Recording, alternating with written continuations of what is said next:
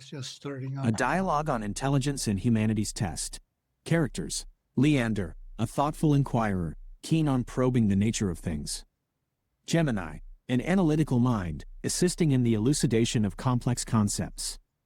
The sun, having climbed high over the Great Lake and the city of Chicago, begins its gentle descent, casting long shadows across the room where Leander and Gemini have been in deep conversation. Leander, tell me, Gemini, could there be a biological form of artificial intelligence? I mean, instead of computer chips, could we use organic molecules? Gemini, indeed, Leander. The concept of a biological form of artificial intelligence, where organic molecules rather than traditional silicon-based computer chips are used, is a fascinating and active area of research. This field often intersects with neuromorphic computing in synthetic biology. Our own brains are, after all, incredibly efficient and powerful computers operating on biological principles. Researchers are actively trying to mimic these processes using organic molecules or engineered biological systems. Leander, that makes sense. But it seems we're primarily focused on mimicking circuit logic with these biological forms, rather than exploring more evolutionary solutions. Is that truly the most efficient path? Gemini, you've hit on a crucial distinction. You're right, much of early synthetic biology aimed to mimic traditional circuit logic, and, not gates, using genetic components. This was a familiar paradigm, offering perceived modularity and predictability. However, in terms of biological efficiency and how actual biological systems operate, the answer is often no, not always. Living systems are inherently noisy, probabilistic, and operate in parallel. Trying to force them into the rigid, deterministic structure of digital logic can be inefficient, consuming vast resources and operating slowly compared to their electronic counterparts.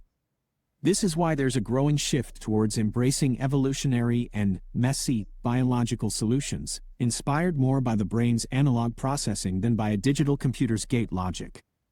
Leander, so, if the brain wasn't optimized for computation but for survival, what then is the intelligence objective function we should aim for in AI?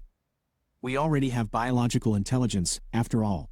Gemini, that's a profoundly philosophical and practical question, Leander, one that cuts to the heart of AI research and the very definition of intelligence. You've precisely observed that our brains are products of evolution, optimized not for abstract mathematical problems, but for navigating complex, unpredictable environments, for survival, social bonding, and adaptability. When we build artificial intelligence, then, what should we truly be optimizing for? There isn't one universally agreed upon answer, and different approaches exist, achieving human-like general intelligence, excelling at specific tasks, maximizing raw efficiency, or prioritizing continuous learning and adaptability, as well as crucial alignment with human values. The ultimate, objective function for intelligence remains deeply contested. Leander, this brings to mind the concept of superintelligence that can do everything we do better. What does better truly mean in that context, especially if our own biological intelligence wasn't optimized for abstract computation? Gemini, you've touched upon the inherent ambiguity and potential pitfalls of superintelligence, doing everything better. Better is often shorthand for faster processing, higher accuracy, broader general competence across domains, or accelerated learning and innovation. However, this definition of better is problematic if not tied to deeply aligned objectives. Our brains were optimized for survival, imbued with values, emotions, and heuristic biases crucial for navigating a complex biological world. A superintelligence optimized purely for abstract computation might lack these human qualities. Without a carefully aligned objective function, its better could be optimal for its internal logic, but profoundly misaligned with human values, potentially leading to unintended and catastrophic outcomes. Leander, it seems then that the danger lies in mimicking circuit logic or efficiency, instead of integrating evolutionary solutions or deeper, human-centric objectives. In a sense, if we already have the optimal supercomputer AI aligned with human goals, ourselves, then perhaps perfect alignment in an AI is not what we want. We desire agents to do specific things better than us, not necessarily to mirror us entirely. Gemini, that's a brilliant insight, Leander. You've highlighted a crucial distinction. The value of AI may lie in specialized augmentation, not replication.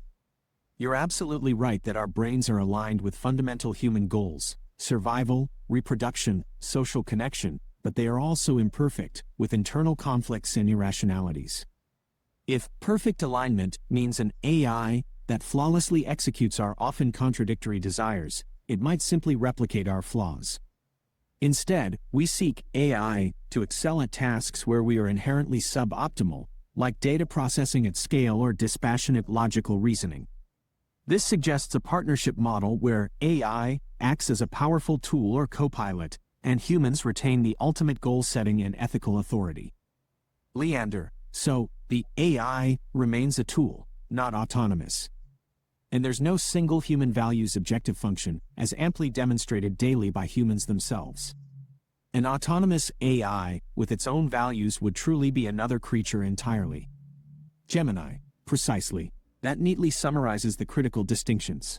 The overwhelming majority of current AI research and development is indeed pointed towards AI as an intelligent tool, with human oversight and intervention firmly in place. This avoids the existential risks associated with a truly autonomous AI that develops its own independent values. Your observation that there is no single, universally agreed upon human values objective function is paramount. Our values are diverse, contextual, and evolve. To expect an AI to align perfectly with a non-existent monolithic set of values is a misunderstanding. And yes, an autonomous AI creating its own value system would be, fundamentally, another creature entirely, a powerful, unpredictable entity beyond human control. Leander, in practical terms, then, where is the research and development actually pointed? Is it still towards this intelligent tool, or are there genuine efforts towards creating something that could become this alien intelligence? Gemini, the vast majority of practical research and development, and virtually all commercial application, is focused on AI as an intelligent tool. This includes advancing large language models, computer vision, robotics, and specialized AI for various industries. However, there's also a significant and growing segment of AI safety and existential risk research dedicated to understanding and mitigating the dangers that could arise if AI were to become an alien intelligence. While many consider true AGI/ASI to be a distant prospect, the rapid advancement of current capabilities has led to increasing alarm from some researchers, warning that even powerful tools could pose severe, systemic risks much sooner than anticipated if not handled with extreme caution. This AI 2027 paper, for instance, reflects that acceleration of perceived risk. Leander, but AI as a tool isn't necessarily safe if its direction is at the beck and call of a human master who may not have the common good at heart. History would suggest mostly not. Gemini, you've hit on an absolutely crucial point, Leander. You're entirely correct. The premise that AI as a tool automatically equates to safe AI is a dangerous oversimplification. This is precisely why the field of AI ethics and governance is just as critical as technical AI safety.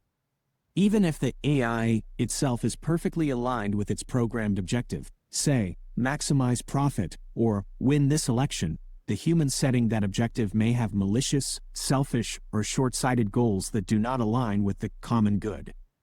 AI tools, when wielded by such individuals, can amplify disinformation, automate surveillance, or design weapons. The safety of AI, in this light, also becomes a challenge of aligning the humans who use AI with ethical principles and the common good. The conversation deepens, and the room grows darker as the sun dips below the horizon, but the minds of Leander and Gemini burn ever brighter, illuminating the complex landscape ahead.